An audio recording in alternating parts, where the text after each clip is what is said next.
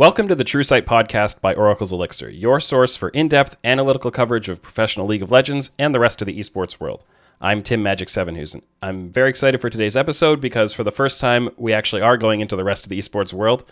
And my guest today is one of the most respected multi-game esports casters out there, Erik DoA Lonnquist. How are you doing, DoA? I'm doing great. I'm happy to be here. Back when I did League of Legends, I used your site a ton. So I appreciate all the work you've done in the scene for a long time, and I'm happy to chat today. Yeah, I cash in a little bit of a favor, and it's the only reason you're here is because I had to earn it. No. Well, no, seriously though, that site it's great. You know, we used it every day. No joke. Yeah, it was great when I first set up Oracle's Elixir actually and started running the website.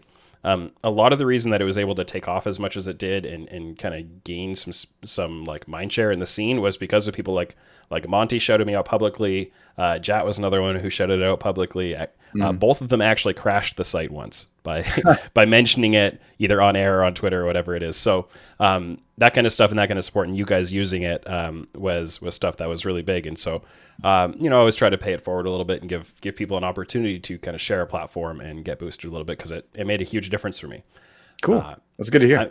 I'm thrilled to have you on the show. And so for people who may not know as much about your career, you've been, we do have mostly a League of Legends audience here. And I think people are, some people may have come to the scene more recently, may not be as familiar with the work you did in League before you moved on to other things you casted. So why don't we just start with a quick overview of kind of your background in casting, how you got started as an esports caster, what you've done in the scene over the past, several years. Sure. So I got started in esports casting in 2010 after the StarCraft 2 beta came out, and I started doing just my own YouTube, VOD casting, basic stuff where I would just download the StarCraft 2 replays and do my own cast over and put them up there. And that grew, and then that led to online tournaments in North America back in late 2010, which was a lot harder to stream than it is now, for sure.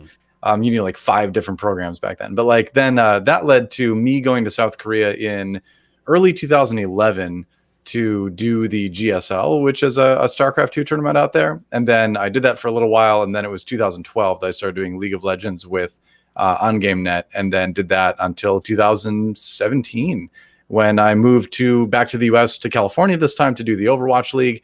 Did that for a couple of years, left the Overwatch League last year to strike out in more of a freelance fashion and just kind of get back in the trenches and get back involved with grassroots esports and just kind of see what I could do for the industry at large when I wasn't kind of, locked into one major broadcast. And it hasn't been the year I expected for sure, but it's been a very educational year. It's been a good year, but not in the way I expected at all.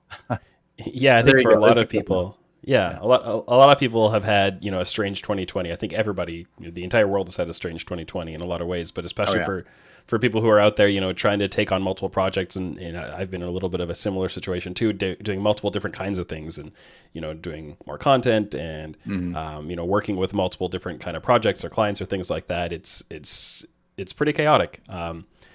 You've definitely been splitting your attention between a lot of different things, it seems. I've seen you on Heroes of the Storm broadcasts, on Teamfight Tactics. You hosted a Valorant event. Is there anything else that I'm missing that you've been casting or doing lately? I was thinking about it because I'm kind of doing my year in review. It's been a crazy year, but as far as broadcasts I've been in this year, I've done Hearthstone. I've done mostly TFT, which has been great because I love that game to death. So Hearthstone, TFT. I did Twitch Rivals, League of Legends, 3 of those. I did Valorant with Pop Flash, which was a ton of fun. And then, now CCL with Wisdom, with Heroes Hearth. So I've done broadcasts for 5 different games this year, which is a lot, but it was just one of those years. It's the freelance life. It's the COVID world. And so you got to be agile and adapt, How challenging is it to context switch between those things as you're jumping from a certain game one day to another game the next day, and you got to try to remember what the names of things and what's going on? It's really hard. I mean, it's not ideal. I don't think anyone should be doing 5 games in one year. I don't think that's healthy. But it's kind of what had to be done this year, and I think Ideally for a caster, I think you'd either just have one main game. If you're part of a big league, you just have that game. That's just your life, right? That is just everything you focus on. In a more freelance sense, I think it's good to have one main game and then one side game. and how you juggle that time is like 75%, 25%, because some games just simply don't require as much, time, especially if like, what if your side game is a game that you just love to play in your free time anyway, then you're kind of taking down work time and it's benefiting some of your work time and that kind of stuff. So I think it's reasonable to juggle like 2 games at a high level. 5 is impossible. I think on the hosting side, if you're just hosting, then it's much easier to, learn the basics, learn enough to speak from authority to spur good conversation on from your analysts, but as a caster, it is really taxing trying to do multiple games. And I recently just stepped away from casting CCL to just hosting that, because I felt that I wasn't having time to focus on Heroes of the Storm the way it needed to be to learn an entirely new game, when I'm also doing TFT and I'm doing a lot of things behind the scenes that are not broadcast related in esports now. It was just a situation where like, I knew that I wasn't going to be able to give that show the cast it deserved. And so it was better for me to swap with Bahamut, who was our host, but is someone that's been in the hero scene for years and years and years, encyclopedic knowledge of the game, really enthusiastic and casts a lot too. So it made a lot of sense to make that transition. And that's kind of what I'm talking about, is that ultimately at the end of the day, you have to, realize what you can feasibly do well, because even if you want to do all this stuff, like you have to think about the product above all else, so you have to make whatever move is best for the product, I think. So yeah, for sure. And you've in the past, it's not just this year or very recently that you've kind of covered multiple games, right? During your time with IGN, I believe you were casting some other games also, right? I pretty much always have. The only time I've ever been doing just one game really was Overwatch League, and very early on was StarCraft 2 as well, where I was doing StarCraft 2 only, but then I was doing for a while StarCraft 2 and League of Legends. Then it was League of Legends and Hearthstone. Then it was Overwatch and League, and then it was just Overwatch, and so there was always like I always liked having like side games, Mm-hmm. It was even Heroes of the Storm for a little while where I was just playing a lot of it. And so if someone got sick on the OGN broadcast, I would just fill in for them basically. So yeah, that kind of thing. And I think I've always been doing multiple games just because I think I'm very ADHD and I just like to do a billion different things at once anyway. So it leaks into the gaming side of things too. You're already covering too many games, but if you had the opportunity and the time to do it, are there any games that you'd like to cast in the future, or that you wish you'd been able to cast in the past, maybe? The thing is like I feel like at the end of the day, like World of Warcraft is really the one that I want to get into the most, both from the arena side of things and from the MDI side of things, like the Mythic Dungeons, because WoW is a game that I've played since the day it came out, basically. A little bit after that, actually, because I made myself not start playing it until I finished all my college courses. It was my last year of college, and I knew it was going to happen, so I waited. But yeah, pretty much, I've got characters in the game that are 15 years old, at this point. Wow.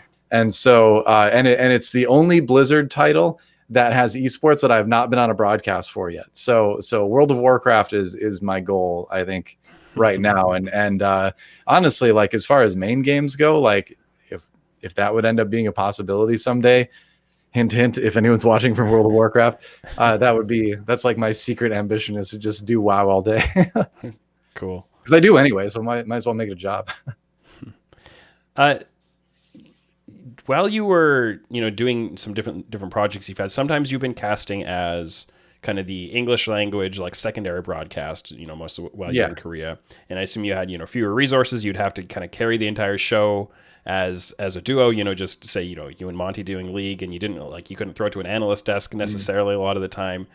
How does that compare to, say your time on Overwatch League or things like that, where you have that whole larger production? How does that change the experience of being a caster? I think it just made that stuff feel way easier, honestly. Like Overwatch League was just like in game, it's like it's the most difficult game I've ever casted. But outside of game, it was a walk in the park, because we had monitors that showed, what was coming up next. We had people speaking in our ears that were speaking in English. And I can speak some Korean, but I'm not that, I'm not good enough at Korean to like interact on a Korean language only broadcast like that. We would get to know some of the calls, but it was still difficult. So yeah, so that it made it so easy, because to to be fair, we got really good at just being sort of the piggyback broadcast for the Korean broadcast, basically, where even now, like when I'm working with producers and stuff, they're used to the talent kind of directing when they move to different segments in like a pre-show or something. And a lot of times I'll just tell them like, just put the graphic up whenever you think you should, and I'll just move over to it smoothly. Because weirdly enough, I feel like I can operate better in that structure now than in more of the traditional structure where they rely on the talent to kind of direct it. I kind of still rely on like the producers to direct it, because otherwise I just still have a habit of just kind of talking about whatever the certain part we're on is, because I'm kind of internally waiting for it, and then I have to like think, oh yeah, wait, it's on me. I have to actually like send it to the next part. So that's actually, we've gotten so good at it that it's almost kind of hard to work in the other way. But being a caster on the Overwatch League was super easy, because like we didn't have to do any of the analyst stuff or any of the desk stuff usually, So yeah, in one sense, it made it very easy. Another sense, my brain operates in a different way on broadcasts than a lot of other people in the NA scene. Sure. You did some international events in League as well, where you did have that kind of larger production. Was there a big difference in like running that environment, like doing a League kind of international English broadcast versus the Overwatch kind of setup? Not really. No, it was about the same. The fun thing with the international broadcast for League that stood out to me was getting to work with all the other Riot casters, like getting to work with the casters from the LEC and LCS and all that, because it was just so much fun hanging out with all of them. And Riot really liked to do tri-casts for those events. Mm-hmm. So it would usually be like me and Monty and one of the Riot casters, or like two of the Riot casters and one of us. And it was really fun to get to, work with them and call games with them and do that. So in those situations, we usually had somebody at least with us that was more familiar with the Riot style of doing things, so that I didn't really need to take that on. If I did, I needed to. If I needed to, it wasn't a big deal. But it was really easy to just sort of slot in there, and it was a lot of fun to work with them. So yeah, it was just a good time. Yeah, for sure. During the time in Korea, just to get a little more about what your experience was there, and when you're learning these things like how to fill that time and how to work as like you said, the piggyback broadcast was, there's a pretty big or at least a whole bunch of people who flooded in to Korea to do that English casting kind of around that start of StarCraft 2 period. It started a little bit before that, kind of seeing that StarCraft 2 was coming. And so they went over for StarCraft Brood War stuff, and then, transitioned into StarCraft 2, and then they were kind of a group of you, and it turned into these other games and stuff. Did that turn into a community where you guys kind of like helped each other figure that out, or was it kind of everybody figuring it out for themselves? So when I went out there, I was only the third English caster to really get there. It was just Tasteless Nartosis at the time. And Monty was we brought some other casters out for a short time, but Wolf was probably the next one that came out and stayed, and then Monty shortly after that. But at the time, Tasteless Nartosis were really great about sort of taking me under their wing in terms of helping me kind of acclimate to living in South Korea more than anything. Sure. I mean, I think at that point we were all still figuring out our casting styles, right? We were all still pretty new. Like they had been doing it for a few years already, but I don't know if they were really in a position to want to or even be able to educate me on the casting side. So I kind of felt on my own for that, but that was okay, because I was going through this journey of discovering it all myself anyway, so I was having a great time with it. But that's probably for the best, right? Because I don't think you typically bring in a caster and be like, watch Tasteless and Nartosis and do it like that. Right? Yeah, you can't really just do it like them. Yeah, they have their own style, and it's you can't really replicate that. But they were, like I said, they were great about kind of teaching me basically how to live in Korea, all the little tips and tricks as a foreigner to getting around in the country and living there comfortably. So yeah, they were awesome for that, and they were just great friends. I mean, just letting me hang out with them. They didn't need to do that, but they included me into their circle of friends right away, and we kind of kept that tradition going when more casters came out to Korea over the years too. Is that when you come to Korea as an English caster, you become sort of part of this family because you are away from home, you're away from your family. A lot of times for some of these people, it's their first time, living abroad.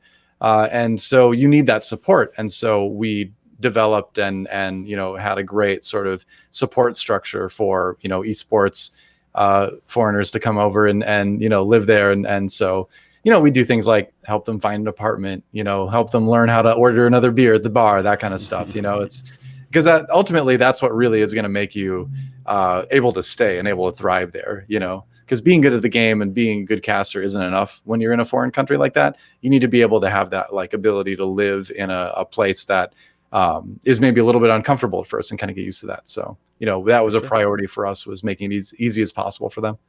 Yeah, and is that something you saw as kind of like an opportunity or responsibility, and something that you saw as like an important part of living there, or is it just kind of happened naturally? Yeah, I think that was, I definitely felt a responsibility with that. And a lot of that came from, again, just the way I was treated when I went out there to begin with, So for a while, I actually managed the Gome TV little apartment / house kind of thing, where all the international players would come and the casters that were trying out as well.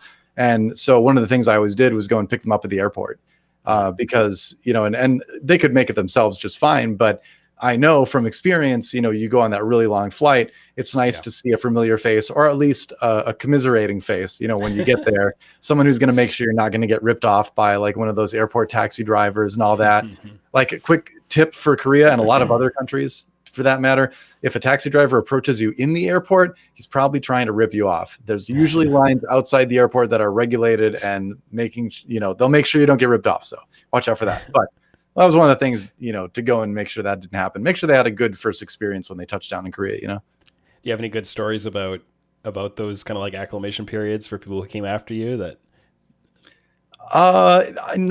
Not particularly, it's just kind of, you just see like awkward things once in a while, which is fun, or, you get to take them out and watch them eat food that's very different to their palate for the first time.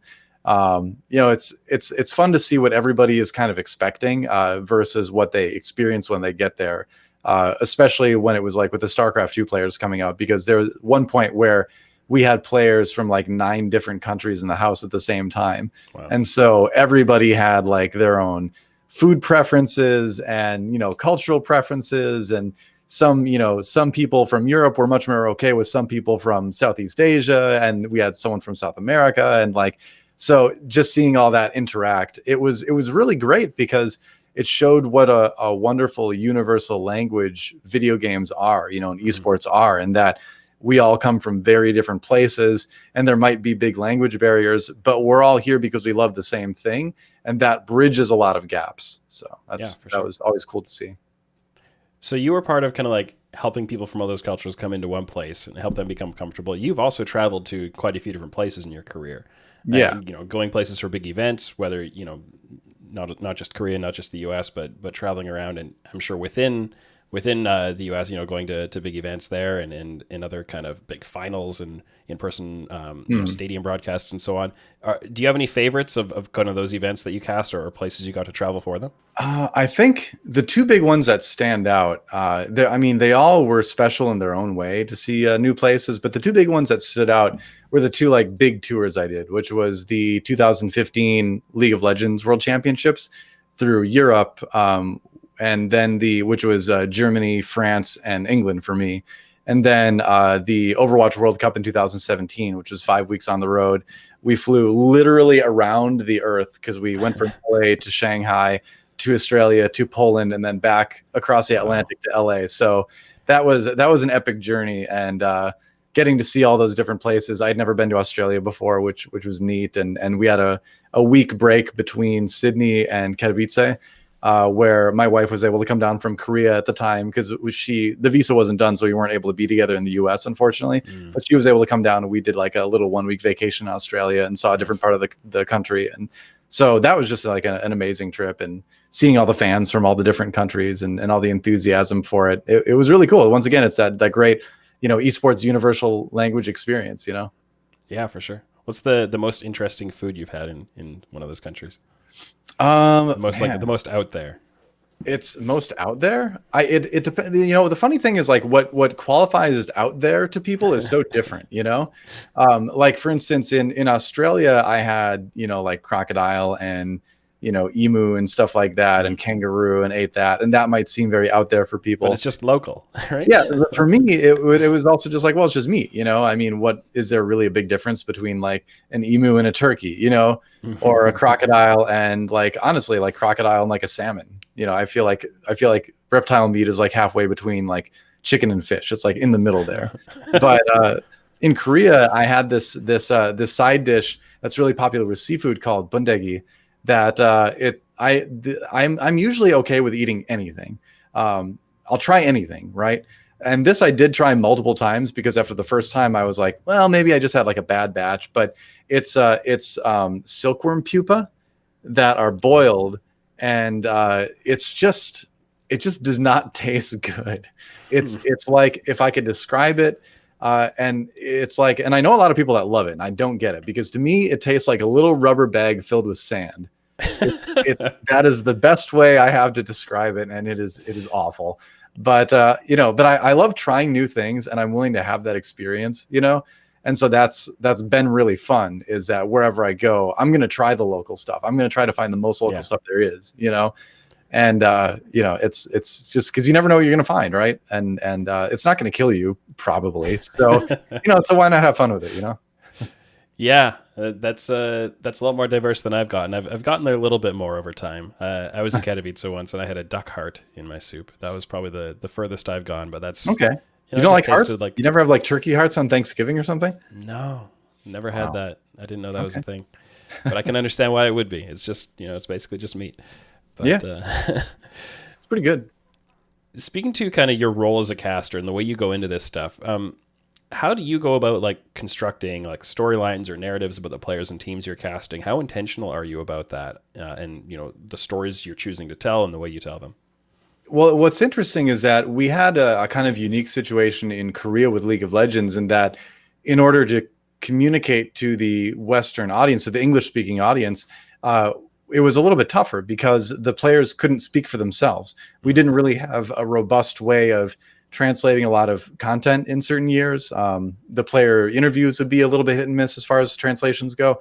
So excuse me. Wow. So we had to kind of find ways to almost create personalities for the characters, which sounds weird, but like, you would all be based on the tendencies of the players, right?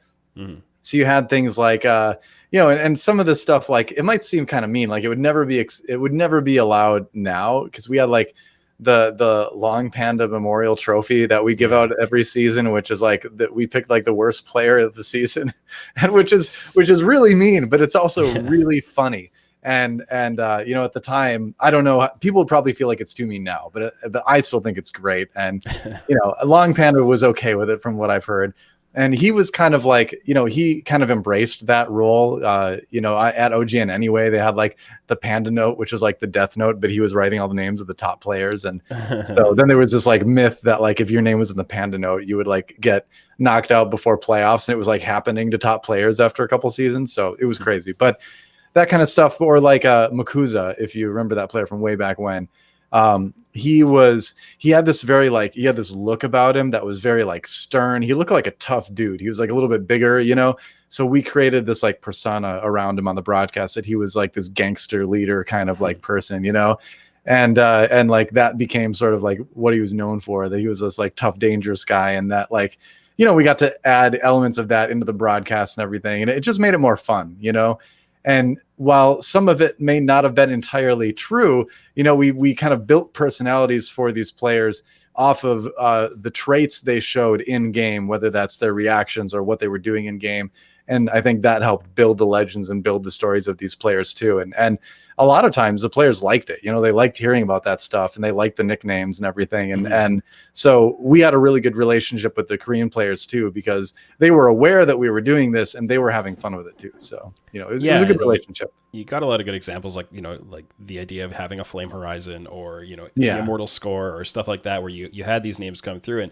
And I think, you can definitely see, looking back on it, how important that was, because you definitely got a perception among the English speaking audience that a lot of the Korean players just lacked personality, right? Like this was kind of a storyline among the English community. Oh, these Korean players, all they ever do is give like standard answers to stuff. And I think a lot of it is just because you couldn't translate it through very easily. The resources weren't there to kind of convey those personalities. Well, I think to a certain extent, a lot of it was true though, too, because a lot of, it was a meme because it was true. Like a lot of players would just say, oh, please cheer for me. I'll show you good games, like every single interview. So I think you are right that to a certain extent, it is tough when the players can't speak for themselves as much as like a double lift on the LCS broadcast or something. But a lot of just culturally, the way that pro players were at the time, with a few exceptions like Makanoon, a lot of players were just very stoic and very like, well, my opponents played well and I felt I did okay. I could have been better, but please, thank you for cheering for me. I'll play good in the future. It was a lot of that. There were a lot of duplicate interviews for sure. So it was a well-deserved meme. Is that, something that came up in that era of kind of esports culture in Korea, do you think? Because when I look back a little further and you go back to like the early Brood War days or stuff like that, and it was all personality. It was all like costumes on stage and big set designs, and you had Boxer coming out and doing all this stuff, right? Like that can't be a Korean cultural thing necessarily. Or was it just different parts and different moments in time? Well, so what OGN was really good about is that they did a great job of building those personalities. So those players would not have done those things on their own 9 times out of 10. It was a lot of times it was OGN creating that stuff for them and saying, hey, this would be great for building your brand and your personality. We'll help you do this. Like going back to Long Panda thing with the Panda Note, like that was a creation of OGN. That was not something that he came up with, Okay. So you do have players like you think of like Firebat Hero in StarCraft 1 or, like MC in StarCraft 2 or Makanoon in League of Legends, where they do have these big personalities naturally.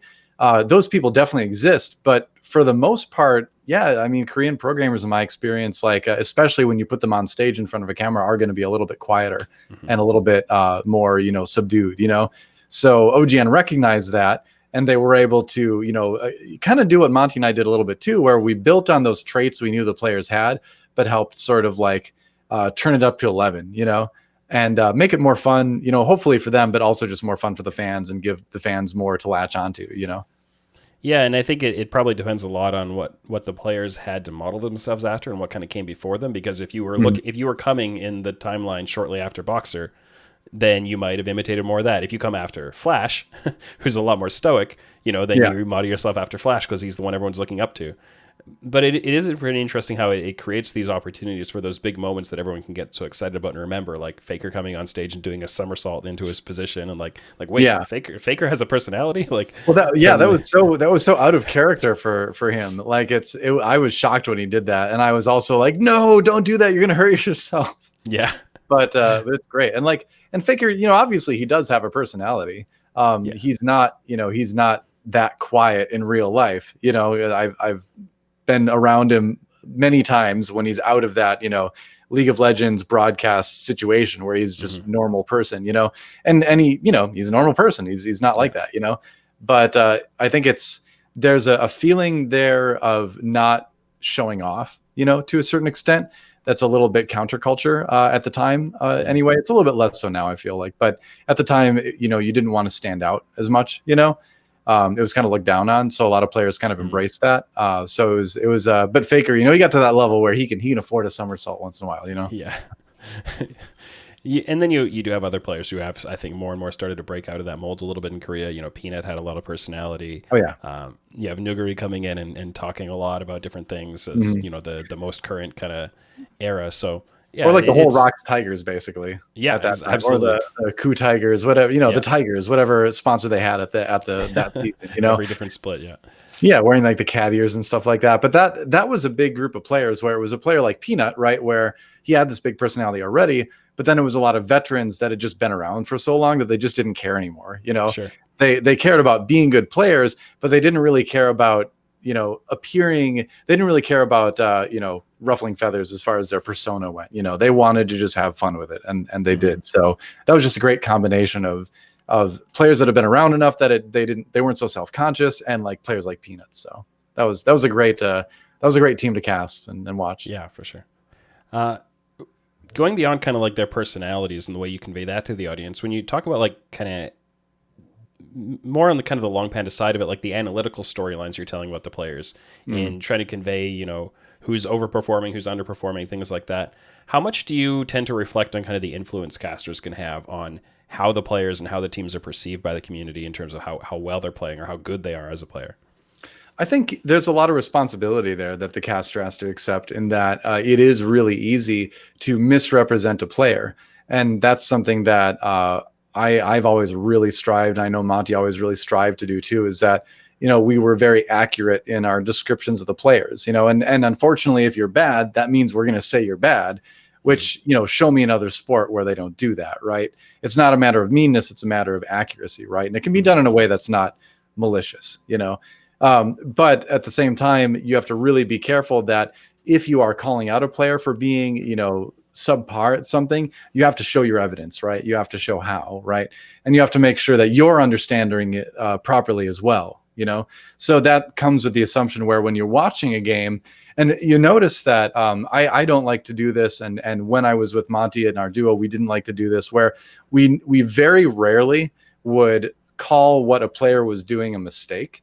Because you always have to, we operated under the assumption that the pro player is always smarter. They're always going to have a reason for doing what they're doing. And if it doesn't make sense to you, Occam's razor says it's probably because you don't understand it rather than it's just wrong.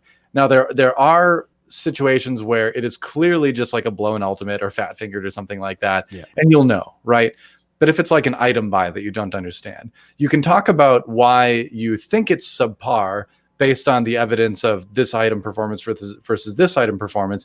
But you also have to include, you know, your mindset of, well, why would they choose to make this decision? Is there something else in this particular game that's causing them to make this, you know, unorthodox decision, right? And so I think approaching casting from that way is a really good way of avoiding being too mean. If you always assume the player has a reason for what they're doing, you can talk about why you might think that's, you know, not the greatest idea, but you also talk about, you know, why it might be what they want to do after all, you know? Yeah, for sure. If that makes sense. Yeah, I think so. Have you noticed ever like a difference in response from the audience when you focus more on like, you know, praising players for strong performance versus kind of calling out players for negative performance? Do you get different reactions from the audience, and does it ever like try to make you pull one more in one direction more than the other? It kind of depends. I've never been super concerned about that kind of thing, honestly. Like, I'm going to call it like I see it. And if some people someone feels bad because I'm saying negative things about their player that they love, you know, sorry, that's sports. You know, it's my job to, you know, talk about the performance of the players. And if you don't like what I'm saying, well, tell your player to get good, you know. But I didn't really notice like a big swing or anything like that. But I think that's because I never really trended towards one or the other, you know. I'm a more positive person, so I kind of try to look more towards that side naturally, I guess. But I also am a very, you know, frank person when it comes to, you know, mistakes, and so I think you need to talk about that impact that it's having on the game as well, you know, because it's all part of the story, right?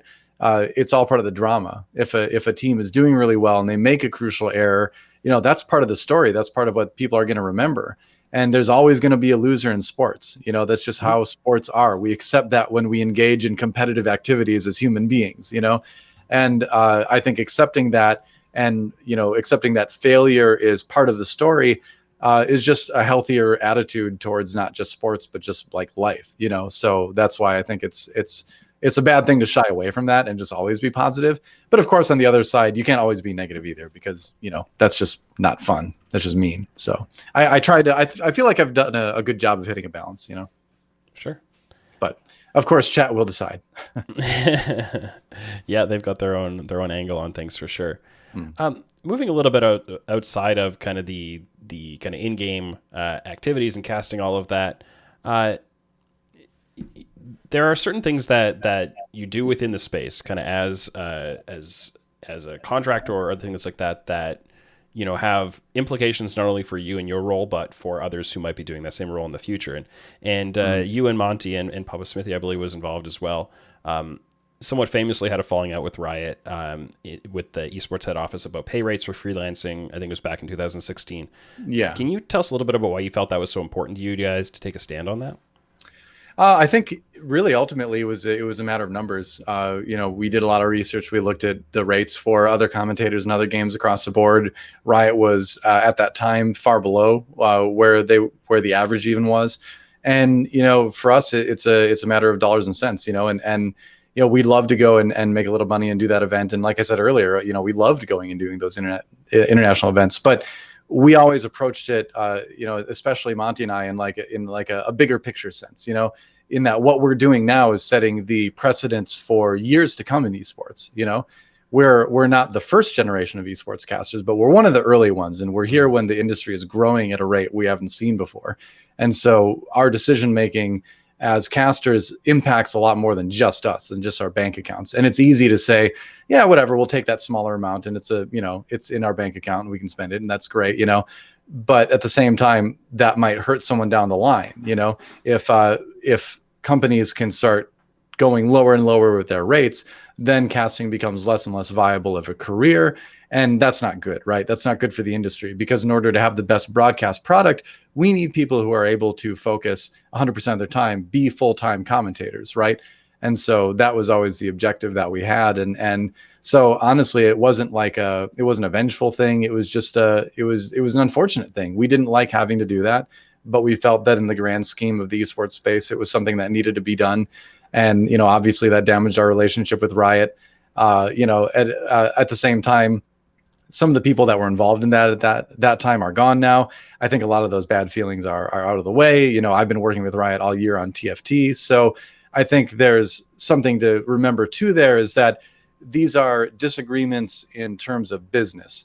These are not personal attacks, And so while you can disagree with someone, within Riot about their business decisions and try to help educate them, it doesn't mean you need to be mortal enemies, Sure. And so that was a decision that we had to make at the time. And I think it ended up being a good decision because pay rates did go up after that.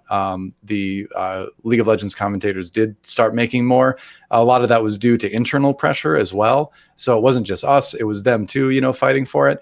But that's just kind of part of building an industry. Sometimes you need to stick your neck out there. Sometimes you need to make some people unhappy. But ultimately, end of the day, as long as the stress is that on, building the industry, not attacking someone personally, it's going to work out well. That's what I believe. That's what I've always operated on. So, and so far so good. Did you guys see reactions to that or different kind of angles people were taking on that outside of the League of Legends scene or even outside of Riot, from casters and other games and CSGO and Dota and things like that? Did you guys connect with people in those scenes at all while that was going on? Yeah, and Monty did I would say the lion's share of that work, honestly, in terms of working with other casters across all other games and, empowering them as well to, fight for better pay rates and things like that. Because again, it's something where a lot of commentators are afraid, if I push back on this rate, then they're not going to hire me, and then I'm just not going to ever get to do esports again. It's a legitimate fear, and you understand that, and it's difficult sometimes to ride that line of looking for what you're worth, but also maintaining good relationships. And sometimes those relationships, like in the case of that MSI situation, those relationships needed to get broken. Obviously, I never did another League of Legends international event after that. But ultimately for the industry and for the careers of a lot of other casters, I know that was a good thing that we did. And so I'm happy with it, and like I said too, I've been working with Riot all year long now, and it doesn't, just because you have that happen at one point doesn't mean that those bridges can't be, rebuilt over time. And I don't even think they were burnt to begin with, but those relationships can be repaired. And at the end of the day, you're all there because you love esports. And even though you have these disagreements, just like adults do every day in the real world, you can overcome them and move on. One big disagreement doesn't mean you need to spend the rest of your lives hating someone. Sure. You mentioned that you've seen kind of positive changes come out of that in the League of Legends space and kind of Riot freelance casting rates going up and things like that. Have you seen positive influence in these other scenes? Because, I think we've seen, especially every time a new esports starts coming up, say like Valorant recently, for example, and you have, young people and aspiring casters in that space trying to jump on that train and be one of the first in there, I think it creates a lot of opportunity for kind of exploitation of casters and competing against each other and undercutting each other on rates and stuff like that. Have you seen, do you think that's gotten better, say, over the past 10 years or even the past 5 years, game to game? I don't think so. No, honestly, I think in the bigger games it's gotten better. But anytime a new game comes out, there's always going to be undercutting. There's always going to be, organizations trying to pay their casters as low as they possibly can. It's happening in Valorant right now all the time. And we're doing as much as we can to counteract that. But ultimately, it comes down to the casters themselves. They need to be the ones to work together and fight for better rates. And it's tough to get people to work together when they think of themselves as adversaries. But at the end of the day, there needs to be some cooperation in terms of if you want to get paid a good rate for a game, you need to work with the other casters in that space and fight for that together. Because if you don't do it together, then one of you is going to undercut the other, and it's going to continue to, to hamper efforts to make that livable. Now, that said, Valorant isn't a very big scene right now, and that impacts rates as well. You have to be reasonable, right? Like what I made from TFT this year is definitely not what I made from League of Legends or Overwatch or things like that, So you do have to take into account the literal size of the game and the scene and let that impact what you're looking for and what you're willing to accept. But I think on top of all that, this year with COVID has been extremely difficult because where a lot of things where everything basically went to online broadcasts, that's being used across the board as a reason to pay talent less. And to a certain extent, I get it because we aren't traveling to things. We aren't having to be in the studio and all that kind of stuff. But I don't really feel that the work is substantially less when it comes to approaching the broadcast in comparison to the way that rates have gone down. And I think it's important to be patient because a lot of these organizers that are trying to run these events are also hurting as well. They're not making as much money, which does impact the balance for that. And so I think it's just really important to have, frank and open discussions with whoever you're working with to say, this is the rate I'm looking for. What are you able to do? What's your budget look like? I think everyone's had to be very patient and work together this year and just kind of accept that none of us are making, as much money as we'd prefer to this year. But, it's just kind of the situation. But distilling the COVID impact from the, undercutting and just generally people trying to pay less for different reasons and just using things as excuses. That's always kind of the tricky part. So it's been a challenging year for sure, not just for me, but for, all freelance casters, I think. Yeah, for sure. So for those who might be kind of trying to get into the casting space right now, not necessarily speaking to the COVID side of things, but, we can speak about the need to represent yourself fairly, to not kind of undercut your fellow casters and all that kind of stuff. And like, hey, we're all in it together. But as somebody who's trying to break into the scene, who might just be happy to get any kind of work and be paid anything for it, how would you recommend that they kind of approach that? What's the kind of process they should maybe go through to self-evaluate on that and say, here, now I'm at the point where I need to start being kind of respectful to the rest of my community? Sure. I mean, I think you'll kind of get there. And I think it comes from showing the work a lot of times. I think the people that impress me right now that are coming up in the scene are the people that make a lot of their own content as well. The best casters that are coming up won't wait around for people to hire them, basically. Like those are the ones that have a totally wrong idea about it, where they're like, yeah, I've done like a couple community tournaments. I've done like a little, I maybe did some stuff in my college. I'm ready to be a professional caster. And then they just go to all these organizations, ask for a bunch of money. And they're like, why won't anyone hire me?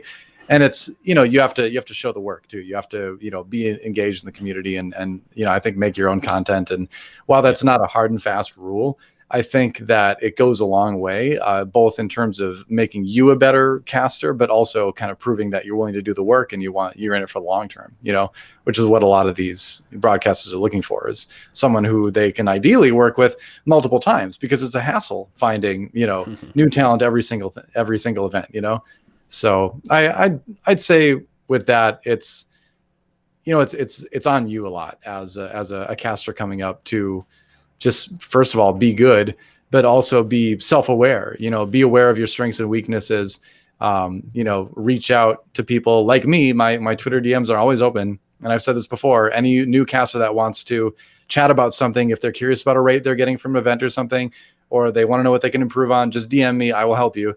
I'm happy to do that. Just, doing things like that, reaching out, I think will help you be successful. So. Yeah, for sure. So for yourself right now, you're doing all these things this year, and you're working towards a lot of different projects right now. What are the big kind of things you're working on right now, and kind of the goals you're working towards for yourself in kind of the near to midterm future? Mm-hmm. Well, that was a part of what 2020 was all about for me, was kind of figuring that out. One of the reasons I left the Overwatch League is because I wasn't really getting to do a lot of the behind the scenes stuff I was kind of starting to be more interested in doing in esports. I wanted to be more than just someone that showed up and casted and then went home, and it became clear that wasn't the place to do that at the time. I think they've made a lot of positive changes over the course of the year. So, we'll see what happens in the future. But I think it's been a year to sort of like figure out, what my next 10 years are going to be, and I think that's going to be a balance of commentating, and then also doing things like supporting my college, supporting my old college rather, supporting, things back in Minnesota, high school esports, that kind of stuff. I worked with NASEF to, speak at some of their events, do some online courses with high school esports. I have a big interest in education. And helping like the next generation of esports production people come up. And I think if we can get them a lot of good training now, that's just going to make the industry that much better right down the line. And we need to do that. There's the number of casters out there right now is very limited. And so we need more talent coming up. We need more production people coming up. So I'm trying to help a lot with that. I think a lot of it too is I'm working with some startups on some newer esports initiatives that I can't talk a whole lot about, but hopefully you'll see some of that in the future. As far as next year goes, I think I'd love to get back to a situation where I'm not doing 5 games in a year, or I would do, one main game and then like one side game for casting, or, depending on the work I was doing behind the scenes, maybe just one game, Sure. But just get to focus on something. I love diving really deep into one game and making that my thing. Like that's my ideal world where I've got that. And then I've got my other little side projects, So I think that'll be my goal for 2021. And I don't know what game that's going to be. I'm talking to a lot of different people right now. I feel like at this point, some people are just like, this is my game and it will always be my game. And that's it forever, but for me, I've always loved to do a lot of different things. I've always had a lot of different hobbies over the course of my life. And so I like to do a bunch of different games, and every new game has something really interesting about it to dive into. So my goal is to find one of those games out there, dive into it, and make it hopefully be able to make it financially feasible to be my main game. That's a necessity thing, obviously. And then from there, add in more where I can, basically. That's my plan for 2021. Obviously, everything is kind of crazy with COVID. So we'll see what happens. Hopefully we can start getting back in the studio for some stuff, but we'll wait and see. Yeah. Wear your masks.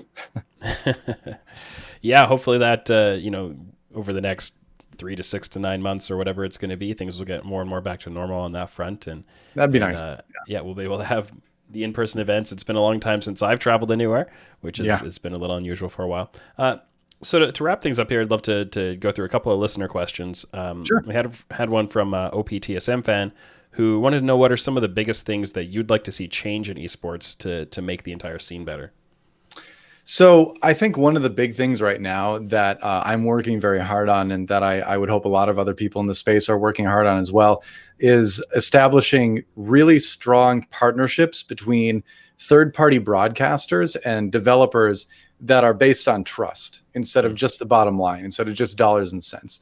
Because right now we had a situation where over the last 5 or 6 years, I feel like the developers didn't trust the broadcasters, and they brought it all in-house. And then they were like, all right, we've got this esports broadcasting, but we're not really equipped to run this. And they did the best they could. But as we saw between things like WCS, between champions getting, wrecked and turned into LCK, between a lot of other esports, with how Overwatch League went at certain times, developers may not be the best people to be running these big leagues, And so what I would love to see is broadcasting companies that their purpose is to create a good broadcast, have a good, positive, trust-filled relationship with a game developer whose job it is to make a great game, And then between those two things, with both parties doing what they are best at, create a really great product, create a great esports industry. And the more we can move towards establishing those relationships and growing and maintaining those, I think the better the scene is going to be, because that's going to create more jobs. We're going to have production companies able to hire a lot more people. And it's just going to create a better product, which is going to bring in more viewers, which is going to create more opportunities to create more content and make it bigger. So I think right there, the most important focus for me, and I would hope for a lot of other people, are having that good developer broadcaster relationship and making that work. Yeah, and it seems like, for that to happen, you need to have success stories for other people to aspire towards and model themselves after. And I think we've seen some opportunities where that might happen. We've seen the StarCraft 2 scene has gone third party, right? Like Blizzard isn't running their tournaments anymore or their scene. I think it looks like Valorant is kind of starting out that direction, at least. I'm not so sure. It's a bit of a mixed case, I guess. It's a bit of a mixed case. But, but now where they're like, hey, do you want to pay us to run our qualifiers? It's like, that's, for a third-party broadcast, that's not super tempting. I don't see how anyone would really want to do that. Yeah. So you need to, I think you need to see these different models, and you need to see the ones that work are the ones that the next group is going to try to imitate. So I think as a good example, I think Giant Slayer's work with Teamfight Tactics is a great example of they made a bunch of tournaments. They ran them really well. I full disclosure, I was casting those. I was working a little bit behind the scenes with them, although they did most of it. I can't take credit for that. But they have established a very good relationship with Riot, with Teamfight Tactics, to where they're running some of the regional events and things like that now, and they're doing a great job of it. So I think that's the type of thing where I think there's a lot of trust and a lot of positive feelings from both sides, where Riot is trusting Giant Slayer to make this product and do a good job, and Giant Slayer is trusting Riot to go with their judgment and continue making TFT a great game, which it is a great game. So yeah. I think that's a good example on the small scale of what we could do at esports overall. So I think it's a good first step. Yeah. Speaking of TFT, I've fallen off a little bit. I haven't been playing much the last couple of months. So I might need you to give me a couple of builds to try out in the new meta that's just come out, because I just haven't played this set very much. But D2 Squared wants to know whether you ever missed the Rain Bros outfits. Yeah, we didn't get to keep those. Those were all those all came out of the like void storage of the OGN wardrobe and mysteriously vanished. Although I think we did see those on like some other OGN show being worn by someone else like later on. I'm sure they're around somewhere, but like they were that was interesting. When we first got those, we were like, what is this? And then we're like, you know what? It's great. Let's embrace it. And it led to a lot of really fun outfits across a lot of seasons. Yeah. I don't know if there's like a central repository where people can go and look those up and see what some of the most fun ones were. But I don't know if there's an archive somewhere, but there should be. If anybody has one, drop a link and we'll share that around. K-Bot wants to know, so they say for themselves, they struggle with confidence and kind of putting themselves out there, which is obviously pretty important for a caster, but also for a lot of other things. So are there any things that you do to kind of maintain confidence in yourself and your work, especially maybe when you're like entering a new game where you haven't really established yourself yet? It's difficult. It really is. And this has been, to be honest, this has been a confidence shaking year for me, for sure, because you go from, a decade basically of being in some of the biggest leagues on the planet to just sort of like exiting and being like, all right, I'm just going to do what I want to do, what I'm interested in and find, and give up some of that notoriety. Right. And so when you give some of that up, there is a little bit of confidence there where it's like, well, do people really want to see me, commentate anymore and all that kind of stuff. But I think ultimately at the end of the day, the confidence that I've always had doesn't come from the fan reaction or from Reddit threads. It comes from my feelings about my preparedness for the broadcast. If I know that I worked as hard as I possibly could have to get ready for that broadcast and I executed the things I wanted to do during the broadcast to do well, if I can look back and evaluate myself and feel like I executed on my plans and prepped well, then it doesn't really matter that much to me what the reaction is, because I did everything I could.